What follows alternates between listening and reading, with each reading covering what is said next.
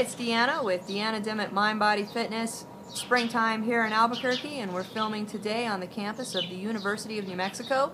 This is the second video in my Confident Yogi series where I demonstrate some common yoga sequences along with easy to follow step-by-step instructions so you can practice at home. It's my hope that you'll use these videos to begin or enhance your yoga practice, and most of all, that you'll never allow a fear of the unknown to prevent you from doing anything that you want to do.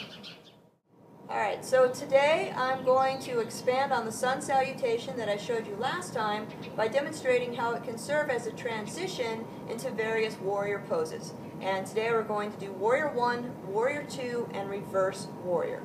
So again, we start right here in Mountain Pose.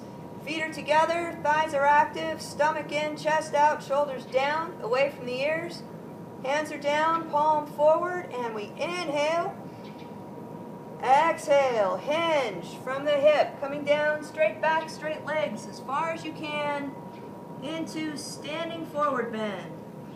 From here, we're going to inhale, coming up halfway, half lift, straight back. Exhale, drop back down, bend the knees, and step back into plank. So from here, we want to make sure the hands are directly under the shoulders. We have a straight line from the shoulder to the hip to the heel. And then we drop down, slow elbows, tight, tight, tight, tight, tight, into chaturanga, and transition into up dog. So in up dog, we want to make sure the hands are directly under the shoulders are down, away from the ears, and also notice that the toes are turned down. Next up, we're going to flip the toes and lift back into down dog. So our key points of down dog, you really want to push the floor away with your hands, drive the heels down, push the chest back into the legs, and then we're going to raise the right leg into high leg extension. So we're really driving the bottom heel down, still pushing the floor away, and we swing it through into runner's pose. Now that transition takes quite a lot of strength and flexibility. So if your foot gets hung up back here somewhere, don't worry about it, but just grab it, put it where it goes. So here in runner's pose, we want to make sure that the knee is directly over the ankle, very important. Also, the back leg is straight, and we're on the heel of the back foot, so the feet are parallel. And then, we also want to make sure that the upper body is not collapsed on the front leg.